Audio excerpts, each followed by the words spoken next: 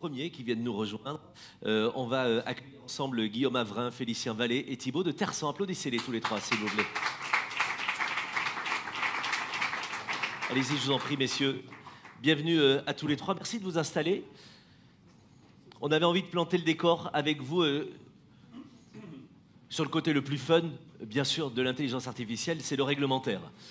Et comme tout le monde s'emballe quand on parle de cela, et que ça va être la partie la plus entertainment de la journée, on était ravis que vous puissiez nous parler de tout cela. Guillaume, vous êtes le coordonnateur de la stratégie nationale pour l'IA au sein de CSNIA. Félicien Vallée, vous êtes le chef du service intelligence artificielle de la CNIL.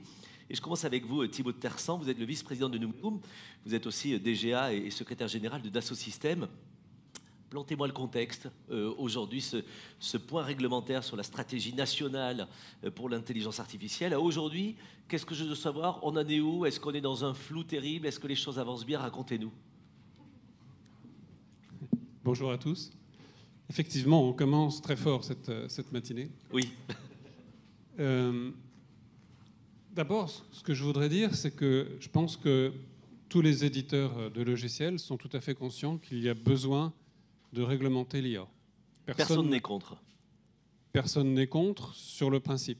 Bien sûr. Personne n'a envie d'avoir des drones fous qui vous tombent dessus. Personne n'a envie qu'il y ait des logiciels qui viennent influencer des groupes vulnérables, modifier des résultats d'élections, venir intervenir dans la justice. Bon, je pourrais continuer la liste. Personne n'a envie de ça. Alors, effectivement, l'Union européenne s'est saisie du sujet avec ce qu'on appelle l'AI Act. La petite difficulté, c'est qu'elle est extrêmement prolixe en ce moment. Oui.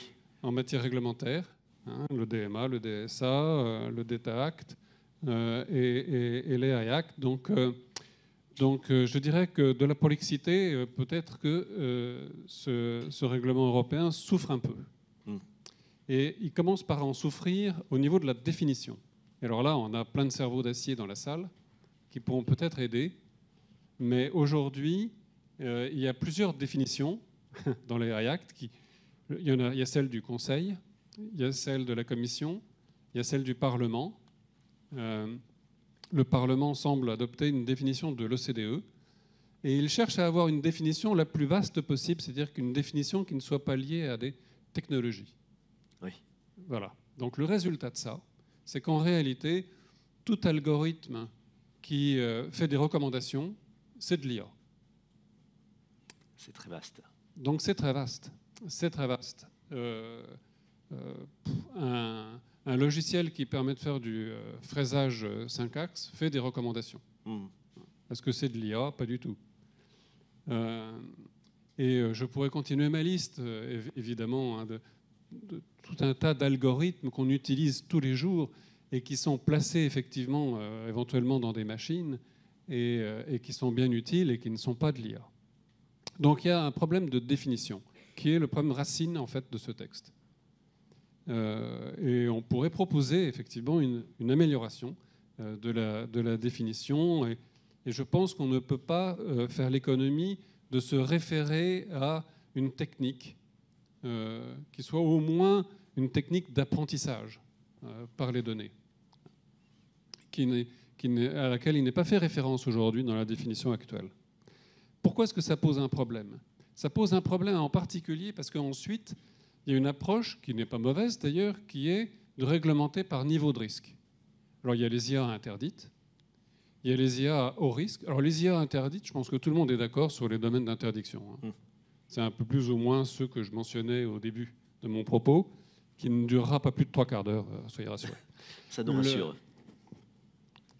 Mais ensuite, vous avez les IA à haut risque, qui sont hautement régulés, qui font peser sur les éditeurs énormément de contraintes, et qui sont des domaines.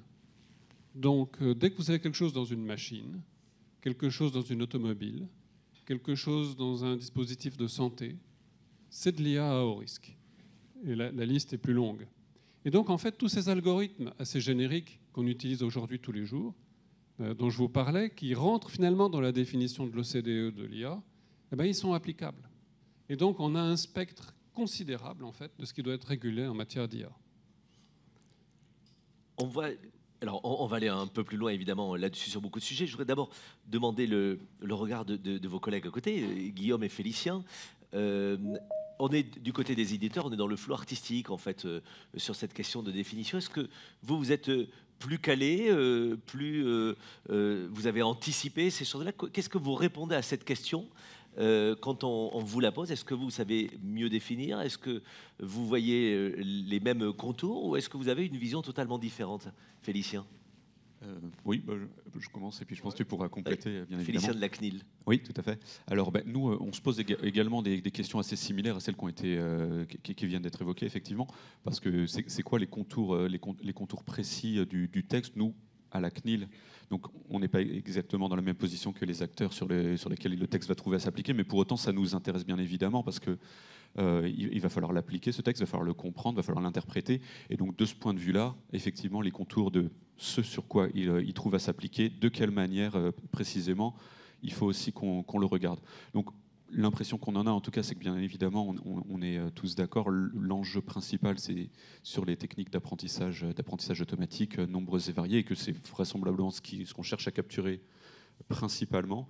Pour autant, effectivement, la définition actuellement donnée, elle est assez vaste, donc il peut y avoir des effets de bord que nous, on peut reconnaître également. Donc, comment est-ce qu'on précise tout ça? Ça, je pense que le texte, il n'est pas encore complètement finalisé. On pourra peut-être rappeler un petit peu où il en est du processus d'adoption, parce que c'est un processus très très long. Oui.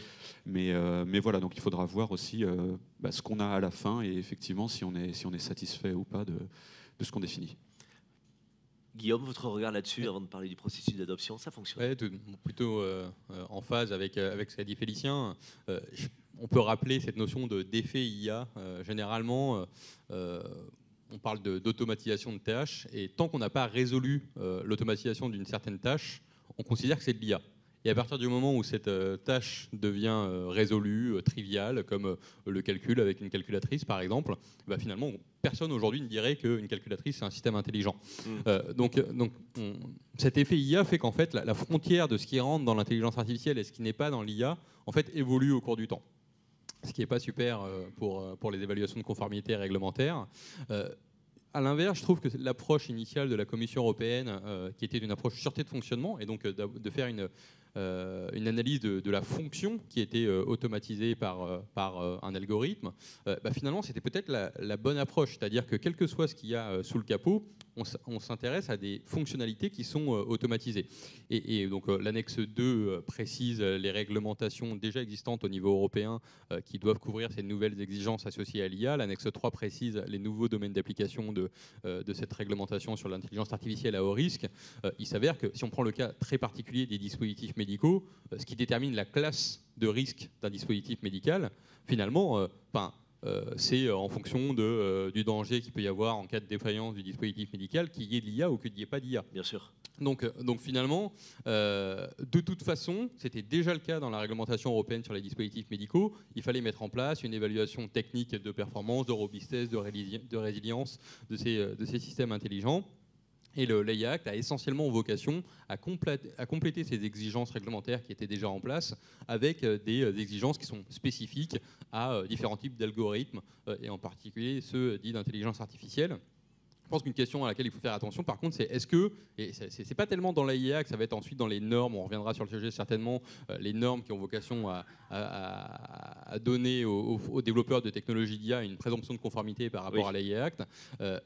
Il faut faire attention que ces exigences réglementaires ou normatives répondent bien justement aux différentes spécificités des algorithmes. Si on est sur du machine learning ou sur des systèmes experts, et sur le machine learning, est-ce que on est sur du deep learning ou pas? Est-ce que c'est pertinent, par exemple, d'évaluer la représentativité des bases de données d'apprentissage, quel que soit le type de système d'IA? Non, ça correspond à un besoin uniquement pour certains algorithmes. Et je pense qu'on doit veiller à ça, c'est-à-dire est-ce que ces exigences normatives et réglementaires ont bien un sens, quel que soit le type d'algorithme qui est déployé dans ces applications à haut risque. Et alors justement, on en est où de cette adoption? Parce que dans ce que vous nous dites là, l'embêtant, c'est qu'aujourd'hui, on a encore des contours assez flous, la définition est encore assez floue, sauf que vous me parlez d'un sujet qui va être en perpétuelle évolution. C'est en fait à quel moment on décide d'acter quelque chose, alors sachant que dès le lendemain, ce sera presque caduque parce que les choses évoluent énormément. Oui, tout à fait. Et c'est cette approche évolutive qu'il faudrait pouvoir adopter. Oui. Ceci dit, aujourd'hui, on a un texte qui va rentrer dans ce qu'on appelle les trilogues, c'est-à-dire les discussions entre le Conseil, la Commission et le Parlement, si ma mémoire est bonne, le 18 juillet. Donc très, très vite. Oui. Donc, et une fois que vous êtes dans les trilogues, les aménagements du texte sont relativement marginaux. Et donc, c'est pour ça qu'un certain nombre d'acteurs économiques européens font un appel à pousser le bouton pause et demander à ce qu'un groupe d'experts regarde vraiment le sujet pour qu'on arrive à mieux définir les contours de ce qu'on va caractériser comme étant de l'IA et de l'IA à haut risque, et à bien réfléchir aussi sur les conséquences en fait, de ce texte réglementaire. Puisque quand on parle d'IA à haut risque, il faut voir que les conséquences sont très lourdes pour les éditeurs. Bien sûr. Et elles vont jusqu'à imaginer tout usage possible qui peut être fait avec leur technologie d'IA. C'est-à-dire qu'il faut se mettre à la place du client et imaginer l'usage le plus déviant possible que le client pourra faire. Ce qui est quand même assez compliqué à demander à un éditeur de logiciels qui est dans ces algorithmes. On a ici une question particulière sur le texte. Est-ce qu'on se dit quand même qu'il va dans le bon sens ? Est-ce qu'on a le législateur européen, on le sait, est rarement perçu comme un foudre de guerre et comme quelqu'un d'ultra rapide et d'ultra en avance sur son temps. On a même l'impression que ça nous ralentit régulièrement, certainement pour plus de sagesse évidemment, mais est-ce que ce ralentissement-là, est-ce que le fait qu'on soit encore dans ce flou ne ralentisse pas les éditeurs, ne ralentit pas l'économie européenne finalement par rapport à d'autres continents ? Ils sont plutôt rapides en ce moment, en fait. Ils sont plutôt prolixes, moi je trouve, très bien, en matière de texte dans le domaine du numérique. Pas trop. Et en fait, la vraie difficulté, c'est au fond que l'IA présente un potentiel de progrès considérable pour la société. Et est-ce qu'on veut que ce potentiel de progrès il soit également apporté par des éditeurs européens, ou est-ce qu'on veut laisser les Chinois et les Américains prendre ce marché? C'est la question, finalement. Bien sûr. Et donc, c'est là où le poids des obligations qui vont peser sur les éditeurs va avoir une importance vraiment très importante. J'ai vu Guillaume Avrin réagir et Félicien Vallée. Non, mais je rejoins tout à fait ce qui vient d'être dit. Notamment, il y a un sujet qui nous inquiète un peu, ou qui nous pose question. C'est le fait dans l'évolution qu'on a constatée du texte, depuis la Commission européenne, au Conseil de l'UE et au Parlement, le fait d'intégrer toujours plus d'exigences liées à l'actualité. Enfin, il y a eu l'actualité de ChatGPT, et tout d'un coup, ça a finalement un texte qui au départ était centré sur la sûreté de fonctionnement des systèmes d'intelligence artificielle dans les applications à haut risque. Et finalement, on a voulu patcher un certain nombre de réglementations européennes avec l'AI Act, je pense sous contrôle de la CNIL sur les données personnelles. Il y a également le sujet des droits d'auteur qui a beaucoup posé des questions sur l'IA générative, et on est en train de se dire peut-être que on va tout résoudre, toutes ces questions avec l'AI Act. Et je pense que ça, c'est très dangereux pour l'écosystème européen de l'intelligence artificielle. C'est là où on perd finalement les développeurs. Si jamais on se retrouve avec 5 textes réglementaires qui traitent des données personnelles pour l'intelligence artificielle, on n'y comprend plus rien. Et finalement, on est obligé d'avoir une maîtrise extrêmement importante de l'ensemble de ces textes réglementaires pour pouvoir y voir clair et développer dans de bonnes conditions ces technologies d'intelligence artificielle. Donc je pense que le message, à mon avis, qu'on peut faire passer, c'est n'oublions pas quel était l'objectif initial de ce texte, qui était la sûreté de fonctionnement. Oui. Qui est essentiel. Il n'y aura pas d'acceptabilité de l'intelligence artificielle dans les domaines d'application à haut risque. Il n'y aura pas de rapprochement entre l'offre et la demande si on n'a pas des systèmes d'IA qui sont effectivement sûrs d'un point de vue fonctionnel. Donc en fait, on a l'objectif de la phase 2 de la stratégie nationale pour l'IA, et je pourrais vous donner plus de détails tout à l'heure. Son objectif, c'est la diffusion de l'IA dans l'économie. Oui. Donc pour nous, c'est essentiel, un des leviers que l'on peut activer pour effectivement permettre de diffuser l'IA dans l'économie, de s'assurer que les utilisateurs finaux ont envie d'acheter des technologies d'intelligence artificielle, c'est bien de fournir un cadre de confiance pour le développement de ces technologies d'IA. Voilà, mais c'est ça l'objectif. L'objectif, c'est de garantir la sûreté de fonctionnement, et par ailleurs, s'il y a des sujets de droits d'auteur et des sujets de données personnelles, c'est des sujets qui sont extrêmement importants également, mais qu'on doit traiter dans les bons cadres. Donc ça, c'est un peu... Félicien, je ne sais pas ce que tu en penses, mais... Je l'ai vu réagir, Félicien Vallée.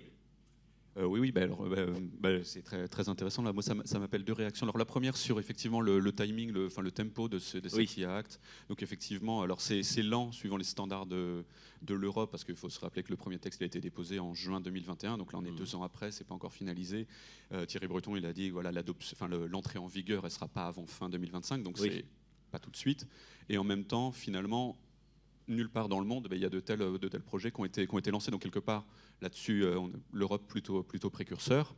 Et par ailleurs, on voit aussi que l'ensemble des acteurs, même au niveau, par exemple, américain, quand on voit Sam Altman devant le Congrès qui dit il faut réguler l'IA. Alors après, qu'est-ce qu'il entend par ça? On est bien d'accord, mais en tout cas, voilà, à savoir que lui-même le dit, il y a une intention. Donc là-dessus, c'est quand même intéressant et notable. Ensuite, sur l'enjeu, alors je suis d'accord avec ce qu'a dit tout à l'heure Guillaume sur effectivement la vision générale, donc avoir une approche sûreté de fonctionnement, et puis effectivement le fait d'avoir un texte qui s'est finalement au fur et à mesure de ces 2 années écoulées un peu modelé en fonction de l'actualité et vouloir capturer des nouveaux enjeux. Après, sur par exemple l'idée d'avoir notamment ce dont on parle, les systèmes d'IA à usage général, c'est-à-dire des systèmes d'IA dont on ne sait pas nécessairement spécifiquement ce à quoi ils vont servir, et que potentiellement ils pourraient ensuite avoir une utilisation qui tomberait qui serait catégorisée comme à haut risque et donc devrait remplir un certain nombre d'exigences. Je suis un petit peu partagé par rapport à ça, parce qu'à la fois je trouve... J'entends tout à fait la difficulté de lisibilité, et en même temps, il y a un vrai enjeu, en tout cas nous on le voit pour nous, de dire ces systèmes, s'ils peuvent être déployés pour des cas d'usage qui sont vraiment risqués, eh bien, il faut quand même qu'ils soient redevables d'une certaine manière, donc il faut quand même qu'on sache ce qu'on manipule, si je peux dire ça comme ça. Et donc concrètement, par exemple, nous à la CNIL, je vais donner juste un exemple pour que ce soit plus parlant, en ce moment, on accompagne les fournisseurs de solutions qui font des systèmes d'IA sur des surcouches de vidéoprotection, donc pour détecter différents événements dans le cadre des Jeux Olympiques et Paralympiques 2024. Donc là, il y a une loi spéciale, vous avez peut-être entendu parler, qui est passée par rapport à ça. Donc voilà, on va pouvoir détecter différents événements. Ça peut être calculer la densité de foule, voir s'il y a des mouvements suspects, un bagage abandonné, une personne qui chute au sol, etc. Et donc finalement, pour ces détections, pour détecter ces événements, les fournisseurs de technologie se reposent sur certains systèmes qui existent déjà. Et donc par exemple, je vais en citer un qui est archi connu dans la communauté, YOLO, You Only Look Once. Donc voilà, vous détectez des objets avec ça, tout le monde utilise ça. Et finalement, ce système, il va se retrouver au cœur d'une utilisation à haut risque.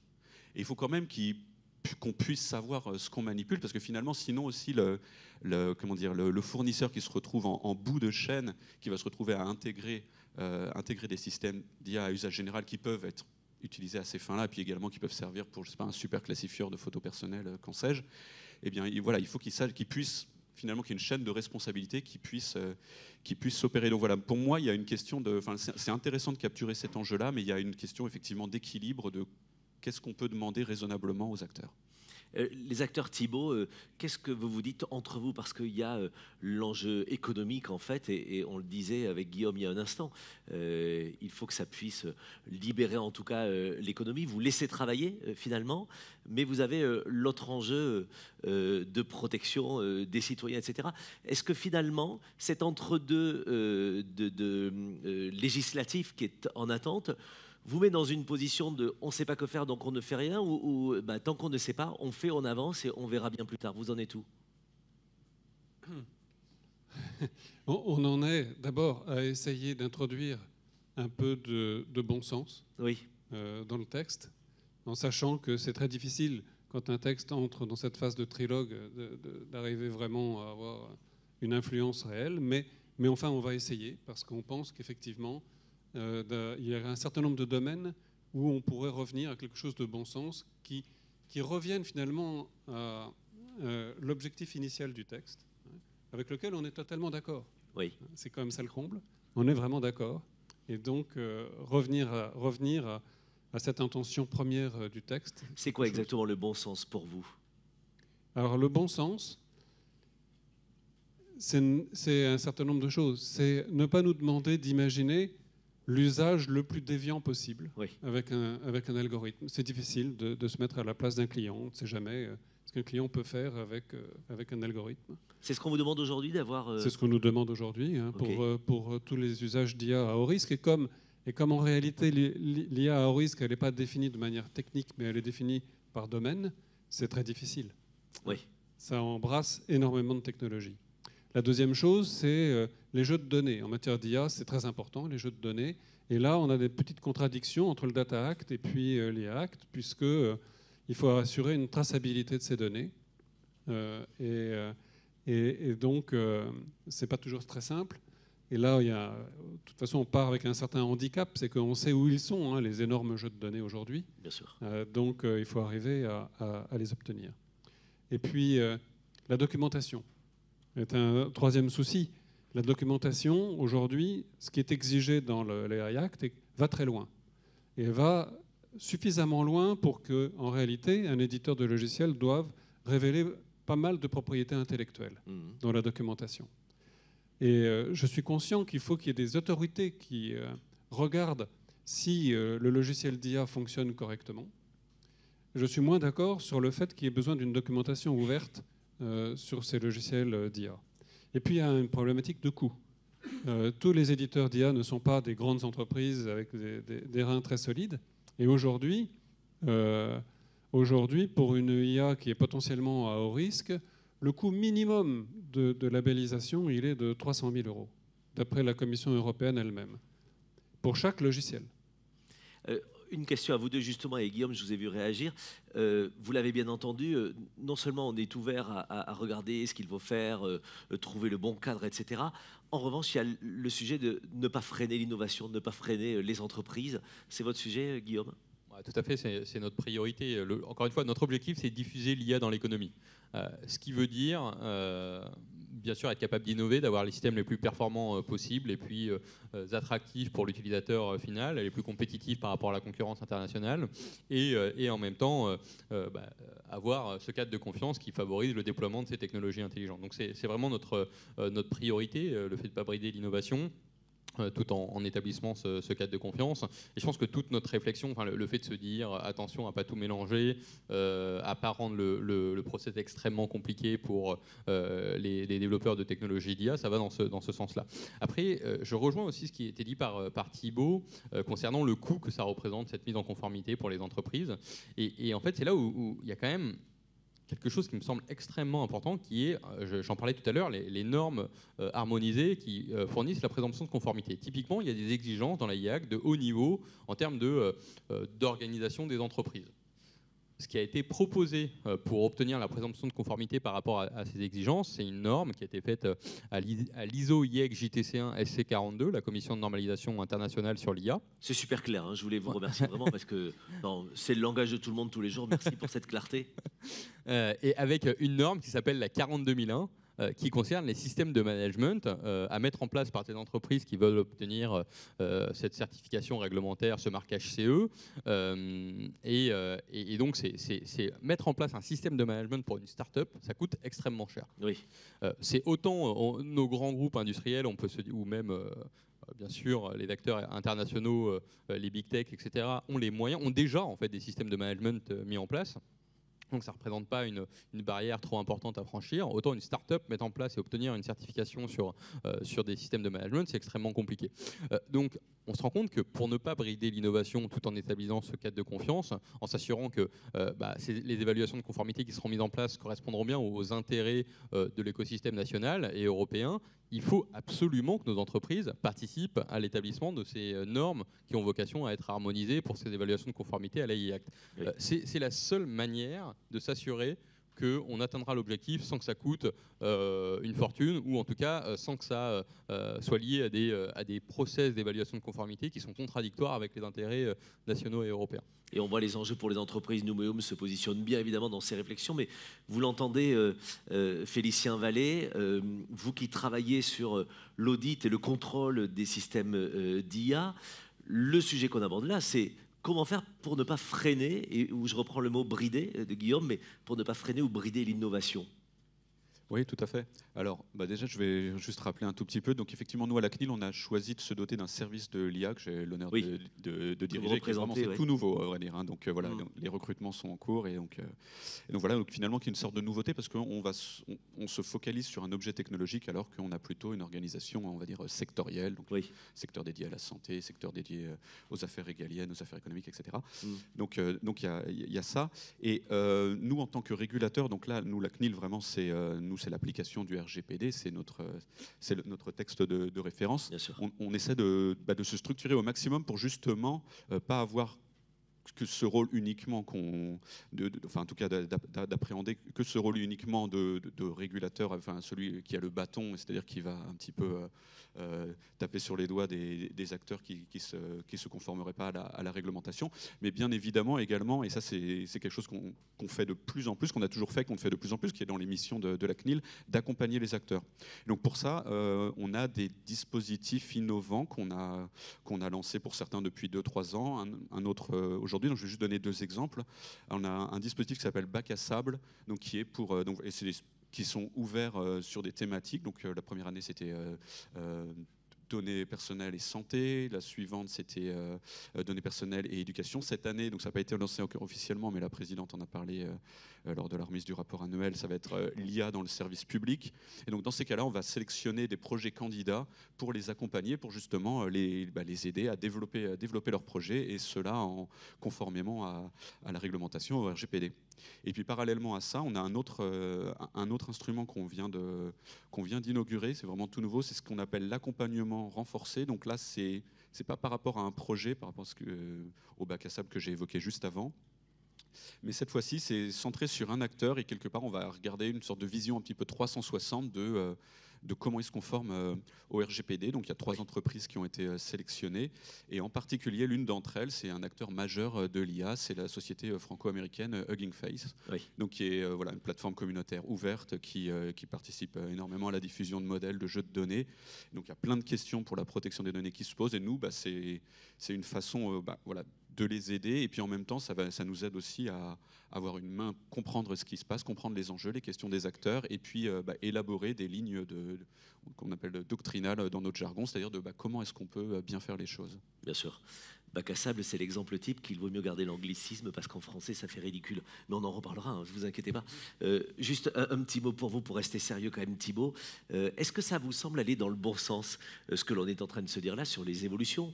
En fait, est-ce que pour les entreprises que vous représentez chez Numéum, est-ce que ça vous semble aller dans le bon sens ?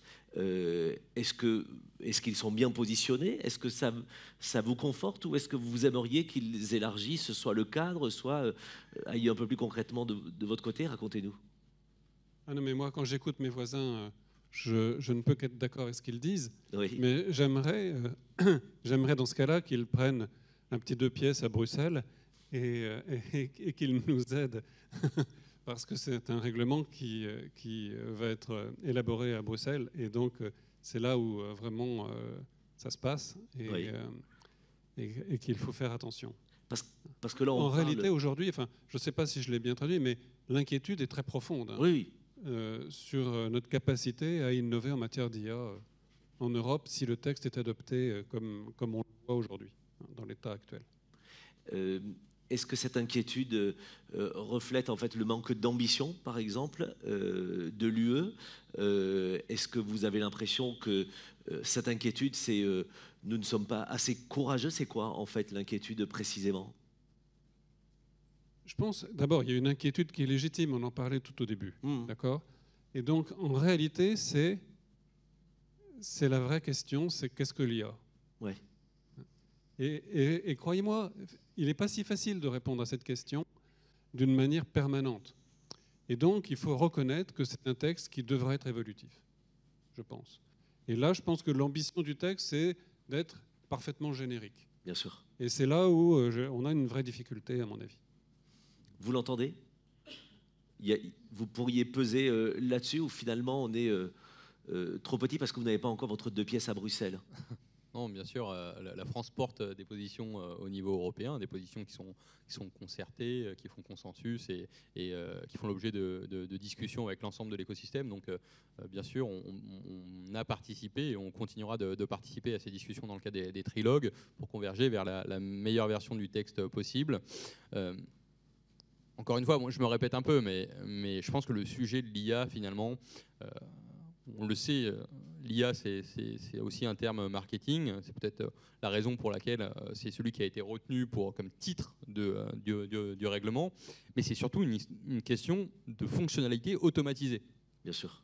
C'est ça le vrai sujet. Et en l'occurrence, la question peut se poser de savoir s'il y a des exigences qui sont transverses aux différents domaines d'application de ces algorithmes qui ont vocation à automatiser des fonctionnalités ou pas. Ou si finalement toutes les exigences sont finalement, pour utiliser un anglicisme, domaine spécifique et ne sont pas transverses. Mais pour donner des exemples idiots, le fait de se dire il faut séparer la base de données d'apprentissage de la base de données de test lorsqu'on développe une technologie d'intelligence artificielle, ça paraît être une exigence qui est valable pour tous les algorithmes de machine learning, quel que soit le domaine d'application. Donc, on a un ensemble non vide d'exigences qui s'appliquent à tous les domaines d'application. Et je pense que c'est ces exigences-là qui ont vocation à être présentes dans un texte transverse. Et par contre, encore une fois, il y a la partie comment on se met en conformité par rapport à ces exigences. Et c'est là où les normes, j'ai parlé de l'ISO SC42, il y a le JTC 21 au CNELEC au niveau européen qui a justement vocation à produire les normes harmonisées. C'est des commissions de normalisation qui sont transverses à tous les domaines d'application de l'IA. Et là, je rejoins l'inquiétude de Thibault, ou en tout cas le questionnement qui est de dire mais il y a aussi certainement des normes à développer dans des commissions qui sont dédiées à des domaines d'application spécifiques, de manière à ce qu'on s'assure que les métriques qui sont mis en place, les protocoles d'évaluation, les environnements de test, qui eux sont bien propres au domaine d'application visé du système d'intelligence artificielle, et ben, sont bien partagés entre les différents acteurs de cette verticalité métier. Donc voilà, je pense que pour résumer, il y a bien des exigences qui doivent être transverses, mais par contre, la mise en conformité sera nécessairement effectuée par domaine. Je vais prendre des questions de la salle dans un instant. Je vous ai vu, Thibault de Tersan, réagir à ce qui venait d'être dit. Vous avez tiqué un moment ou ça va dans le bon sens qu'on se raconte là?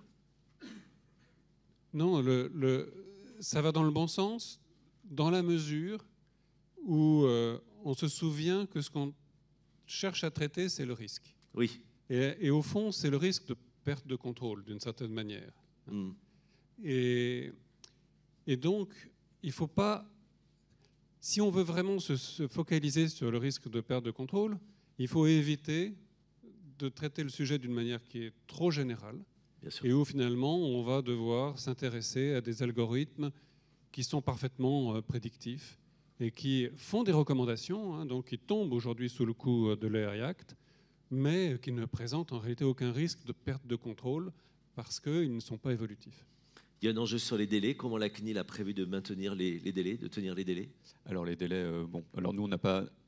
Alors, je ne sais pas exactement ce que vous entendez par cette question, mais en tout cas, les délais d'application du texte. Alors nous, de toute façon, effectivement, comme le disait Guillaume, on suit aussi les positions qui sont défendues par les autorités françaises, mais en tout cas, on n'a pas véritablement voix au chapitre des négociateurs, donc on est plus spectateur, éventuellement de temps en temps de donner une sorte d'input pour dire, nous, là, ça nous pose question, parce qu'il y a... On le voit dans ce texte, il y a aussi une articulation avec les textes existants, c'est ce que disait Thibault juste avant, et c'est un vrai enjeu. Il y a plein de textes sur le numérique, il y a également le RGPD, parce que finalement, pas mal de ces systèmes d'IA au risque, il y en a quand même beaucoup, ils vont traiter des données à caractère personnel, donc finalement, comment les deux réglementations s'appliquent, comment est-ce qu'elles interagissent, c'est des vrais enjeux. On comprend tout à fait que c'est des enjeux pour les acteurs, parce qu'ils se disent, alors je vais devoir être compliant à ce texte, l'IA Act, le RGPD, le Data Act, etc. Donc finalement, il y a aussi une question, je veux dire, très pragmatique, mais de dire, voilà, j'ai cette documentation, dans quelle mesure elle va pouvoir me servir pour également les exigences RGPD, comment je peux faire circuler en fait toutes ces choses-là et pas avoir un poids réglementaire qui soit énorme. En tout cas, nous, voilà, donc question de délai, nous, en tout cas, on travaille pour l'instant, vraiment, c'est par rapport au RGPD, et c'est ça, on accompagne les entreprises par rapport à ça, il y a des questions, on en a plein, on voit avec ChatGPT, ça a remis finalement à l'agenda un problème qui est super traversant dans le machine learning sur la constitution de jeux de données pour l'apprentissage. Donc comment est-ce qu'on fait ça? Comment est-ce qu'on fait ça de façon licite aussi, c'est-à-dire comment est-ce que les personnes qui voient leurs données traitées parce que finalement elles ont commenté sur des forums, qu'en sais-je, elles ont leur site web qui a été aspiré, qui se retrouve dans des jeux de données, comment est-ce qu'elles sont éventuellement au courant, est-ce qu'elles peuvent exercer leurs droits, et ça c'est des problématiques très concrètes sur lesquelles on est amené à travailler aujourd'hui. Il y a du boulot. Je prends les questions de la salle, mais juste après, Guillaume vous a posé la question. Le président de la République a annoncé les 500 millions d'euros supplémentaires pour développer l'IA en France. Est-ce que c'est suffisant pour accélérer, pour accompagner, finalement, diffuser l'IA dans la société et est-ce que ça va permettre de mieux accompagner les acteurs présents en face de vous pour répondre aux exigences, notamment du texte européen? Mais est-ce que vous avez aussi des attentes en face du chèque de 500 millions? Racontez-nous. Effectivement, c'était ça que je voulais dire en conclusion de mon intervention. En tout cas, c'était de faire un peu de pub pour la stratégie nationale pour l'IA et de vous dire qu'il y a effectivement cette partie finale de l'évaluation de conformité, mais il y a tout ce qui se passe avant, la mise en conformité, et il y a une chaîne de valeur de l'évaluation de l'IA, comme il y en a une pour le développement de technologies d'intelligence artificielle. Et donc, dans la stratégie nationale pour l'IA, on a au sein du PEPR, du programme équipement de recherche pour l'intelligence artificielle, on a, avec un budget de 73 millions d'euros, on a un certain nombre de programmes dédiés au développement de métriques, d'outils, de protocoles, y compris d'ailleurs sur la partie preuve formelle d'algorithmes, donc pour essayer de couvrir tout le spectre d'outils à notre disposition pour l'IA de confiance. Là, on est vraiment sur des TRL très amont, sur des activités de recherche. On a le grand défi IA de confiance qui se termine fin 2024 et donc qui devrait faire l'objet également de nouveaux appels début d'année prochaine. Je n'ai pas de certitude à ce sujet, mais comme il y en a eu chaque année, c'est pas impossible. Et donc on a le premier pilier qui porte qui s'appelle Confiance AI, qui porte sur le développement d'outils pour le développement de technologies d'intelligence artificielle, dont un certain nombre de ces outils seront accessibles à l'ensemble des acteurs de l'écosystème et donc pourront faciliter cette mise en conformité. On a également, ça fait l'objet d'annonce fin mars par le ministre Barrot, un appel qui s'appelle démonstrateur pour l'IA de confiance, de manière à permettre à nos acteurs industriels de démontrer qu'ils sont capables d'intégrer des briques technologiques intelligence au sein de systèmes complexes et d'aller jusqu'à la démonstration de conformité à des exigences réglementaires transverses comme l'AI Act ou à des exigences verticales en fonction du domaine d'application du système complexe. Et puis il y a la partie ultime de cette chaîne de valeur de l'évaluation qui est celle des organismes de certification, que ce soit la certification volontaire ou réglementaire. Et bien sûr, l'objectif, c'est de réfléchir avec l'ensemble des parties prenantes de l'État sur la désignation des organismes notifiés, des autorités notifiantes, de tous ces acteurs qui vont contribuer à la mise en œuvre de ces évaluations de conformité à l'AI Act. Et tout le monde va être attentif à cela, évidemment. Y a-t-il une ou deux questions dans la salle pour réagir? Il y en a plus que deux. On va m'aider pour le micro, certainement. Monsieur, gardez bien la main levée. Quand vous avez une crampe, vous aurez le micro. Monsieur, vous avez plus de chance, vous êtes prêt. Je vous invite à vous présenter si vous le souhaitez, à vous lever si vous le pouvez. Vous êtes filmé par la presse internationale. Oui, bonjour. Bonjour. Olivier Belin, je suis journaliste à Alliance Tech. Personne n'est parfait. Et je sais, vous l'avez dit depuis le début. C'est ça. Votre question? Oui, la question est très simple. Vous avez évoqué la réglementation, l'impact et les dangers pour les éditeurs notamment, mais il faut peut-être aussi penser, il n'y a pas que l'Europe. Moi, quand je discute avec les éditeurs, ils me disent, nous, on est global, donc la réglementation, elle est US, Europe, Chine, Inde, etc. etc. Or, là, vous disiez tout à l'heure qu'il n'y a que les UE qui ont un petit peu développé ça, que les US sont un peu en retard, mais la Chine est très très en avance. Ils ont sorti un IA Act, l'équivalent d'un IA Act, où on doit déclarer tous les algorithmes, et vous parliez de secret industriel. Là, il n'est plus question de secret industriel, parce que si vous ne le faites pas, vous ne pouvez même pas diffuser quoi que ce soit. Bien sûr. Alors, vous avez bien plombé le moral, les Chinois sont en avance, dit monsieur, qu'est-ce que vous lui répondez? En tout cas, il est clair qu'il y a effectivement ces discussions en cours au niveau européen sur l'AI Act, mais on ne s'interdit pas d'aller discuter avec les acteurs extra-européens. Il y a différentes instances pour faire ça, au G7, il y a le partenariat mondial pour l'intelligence artificielle, qui était d'initiative franco-canadienne et qui réunit plus de 20 États membres pour discuter de tous ces enjeux liés à la gouvernance de l'intelligence artificielle et donc des outils que l'on peut développer, que l'on peut partager pour faciliter cette mise en conformité, encore une fois, qu'elle soit volontaire ou réglementaire. On a bien sûr des discussions avec l'Asie. Donc je pense que il y avait cette exigence, ce besoin de mettre en place ce cadre de confiance au niveau européen pour maximiser la diffusion de l'IA dans les applications à haut risque, mais notre objectif, c'est pas de mettre des nouvelles barrières à l'entrée. On a besoin, pour des enjeux de compétitivité, on a besoin d'intégrer des technologies d'intelligence artificielle dans nos entreprises. On a besoin de s'automatiser pour obtenir tous les gains de productivité associés. Et donc, on utilisera les meilleures technologies à disposition pour favoriser la compétitivité de notre entreprise ou l'efficacité de notre système de santé. Et donc, bien sûr, on va intégrer des technologies d'intelligence artificielle qui viennent de l'extérieur de l'Europe. Et donc, on ne veut pas se mettre des barrières qui soient trop restreintes. Donc, il y a toutes ces discussions qui sont également en cours en extra-européen pour converger sur ces exigences. Merci pour ça. Deuxième question, la main levée à vos côtés, c'était le monsieur. Allez-y, levez-vous, je vous en prie.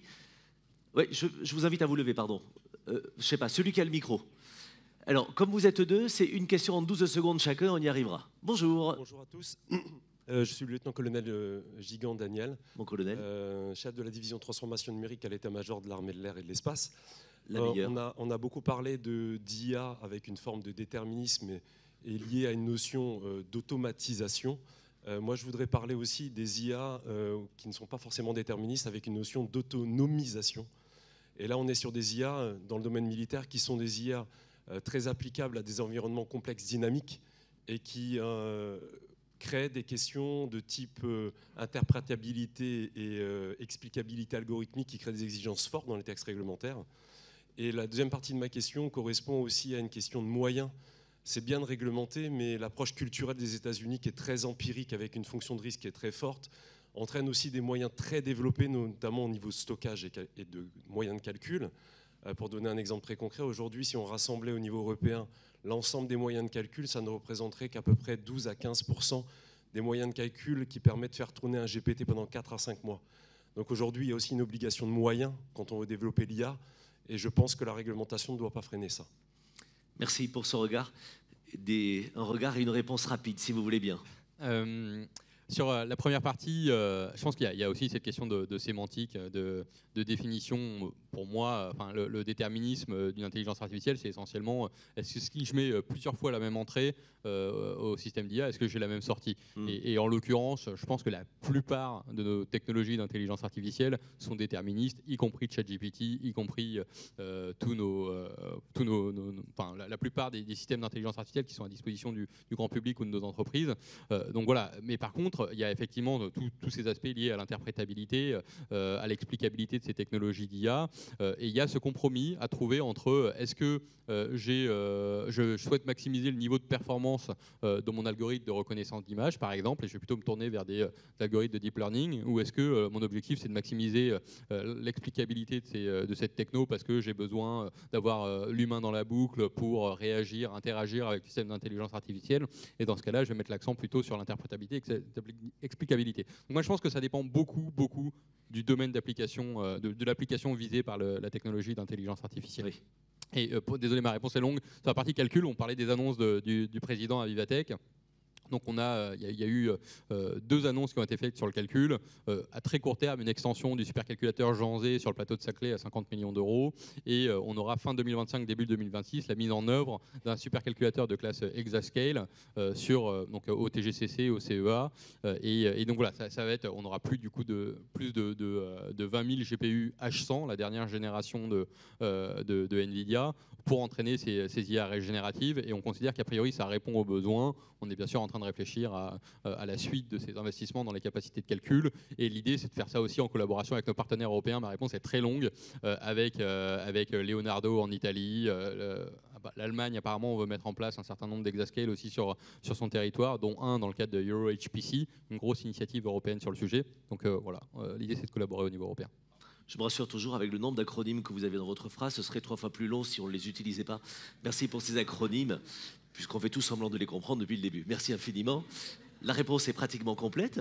Je vous avais promis que vous pouviez poser votre question. Elle sera rapide comme la réponse à venir, bien sûr, pleine d'acronymes. Monsieur. Bonjour, Alexandre Picard, je suis journaliste au Monde. Je voulais savoir sur la partie des IA qui sont donc à portée générale, donc pas celles qui sont dans des domaines spécifiques, qui sont celles qui concentrent les critiques aujourd'hui, d'Emmanuel Macron ou de votre part. Vous proposez quoi en fait? D'avoir aucune obligation pour ces systèmes-là, du style GPT-4 dont on ne sait pas sur quoi il a été entraîné ni quels sont son nombre de paramètres. Vous proposez certaines obligations. C'est quoi concrètement? On enlève toutes ces dispositions? Qu'est-ce qu'on fait avec cette partie-là? Qu'est-ce que vous répondez à cette question et à ce flou qui subsiste? Merci vraiment pour ces réponses. Thibault, votre position là-dessus? Non, moi, encore une fois, ma position sur cette affaire-là, c'est qu'il faut arriver... Les IA génératives sont bien de l'IA. Bon, d'accord. Donc, premier point. Donc, on n'est pas sorti du cadre. Et ensuite, on peut appliquer effectivement la réflexion sur à quel domaine est-ce qu'on les applique. Oui. Et il y a un certain nombre de choses qui me paraissent nécessaires. L'une d'entre elles paraît évidente, mais pour celle qui s'adresse finalement à une population assez vaste, je pense qu'il faut que les gens sachent qu'ils sont en train de s'adresser à un logiciel d'IA et pas à une personne physique. Bien sûr. Ça commence comme ça. Ensuite, il y a toute la question, bien entendu, de l'intégrité des jeux de données, qui est une question très importante, puisqu'elle va dans les deux sens. Il y a les jeux de données qui ont permis finalement l'apprentissage de ces logiciels, mais c'est un apprentissage qui se poursuit. Et il y a réellement une problématique de protection des secrets d'affaires qui est très importante. Et parce qu'aujourd'hui, je pense que beaucoup d'entreprises ne se rendent pas compte qu'elles livrent énormément de secrets d'affaires à des logiciels d'IA générative. Et donc, ça va dans les deux sens.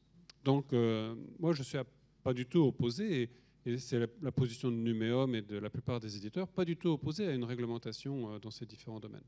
Vous aurez l'occasion d'échanger évidemment plus longuement avec tous les membres de Numéum qui sont ici. Je voudrais qu'on applaudisse et remercie nos trois intervenants qui ont accepté notre invitation.